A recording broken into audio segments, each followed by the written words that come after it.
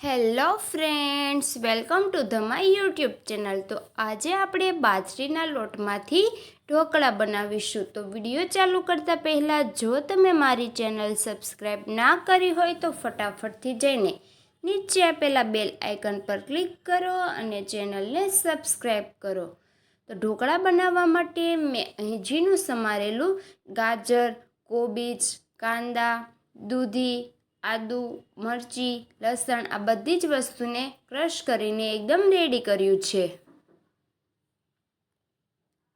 તો આ બધી જ વસ્તુમાં હવે આપણે બાફેલા ચોખા એટલે કે જે ભાત હોય તે ઉમેરી દઈશું। તો તેમને સારી રીતે મિક્સ કરી દઈશું। અહીં દૂધી ઉમેરેલી છે, જેથી ભાત ઉમેરીશું અને દૂધી અને ભાતના કોમ્બિનેશનથી ઢોકળા છે તે પોચા રૂ જેવા થશે। ત્યારબાદ હવે 2 થી 3 મોટી ચમચી ચણાનો લોટ ઉમેરી દઈશું। ત્યારબાદ હવે આપણે એક ખવાલો એટલે કે 1 વાટકા જેટલો જે ભાખરીનો લોટ આવે છે તે ઉમેરી દઈશું અને ત્યારબાદ 1 મોટો વાટકો બાજરીનો લોટ ઉમેરી દઈશું। તો બધા જ લોટ ઉમેર્યા બાદ હવે આપણે તેમાં મસાલા ઉમેરવાના છે। તો તેમાં 1 થી 1.5 મોટી ચમચી જેટલું મીઠું ઉમેરી દઈશું।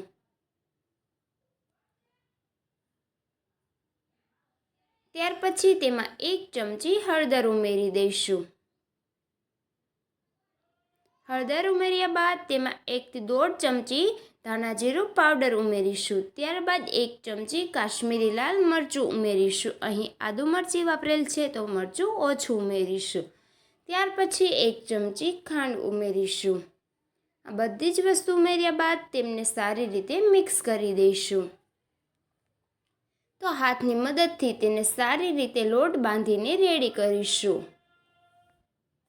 અહીં આપણે દૂધી નાખેલ છે તો અહીં આપણે પાણી નાખવાની કોઈ જરૂર રહેતી નથી। જો તમે ઈચ્છો તો પાણીની જગ્યાએ થોડું દહીં વાપરી શકો।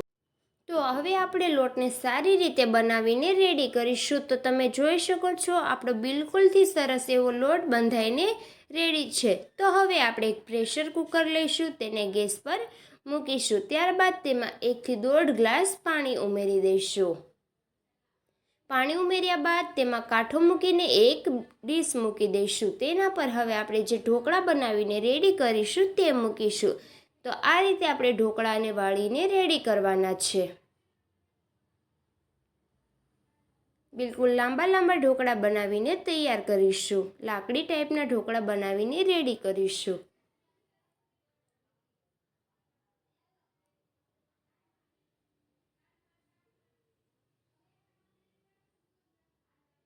તો આ રીતે બધા જ ઢોકળા બનાવીને રેડી કરીશું। તો હવે આપણું પાણી છે તે સારી રીતે ગરમ થઈ ગયું છે। તો હવે આપણે જે ઢોકળા બનાવ્યા છે તેને આ રીતે ડીશ પર મૂકી દઈશું।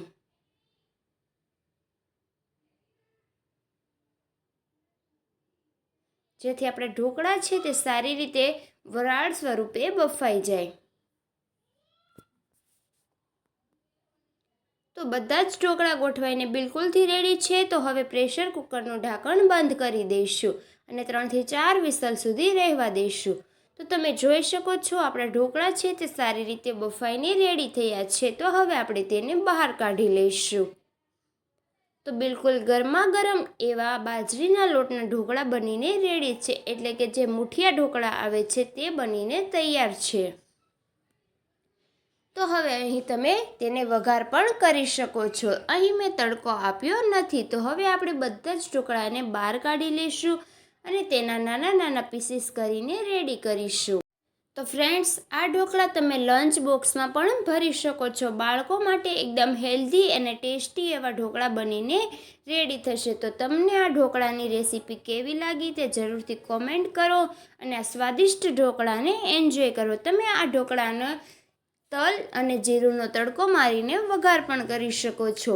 અહીં મેં એમ જ રાખ્યા છે કે મને એમ જ વધારે પસંદ છે। તો તમને આ રેસીપી કેવી લાગી તે કોમેન્ટ કરો અને મારી ચેનલ ખુશી કુકિંગને લાઈક કરો, શેર કરો અને સબસ્ક્રાઈબ કરો, જેથી મારા વિડીયોઝ તમને મળી રહે।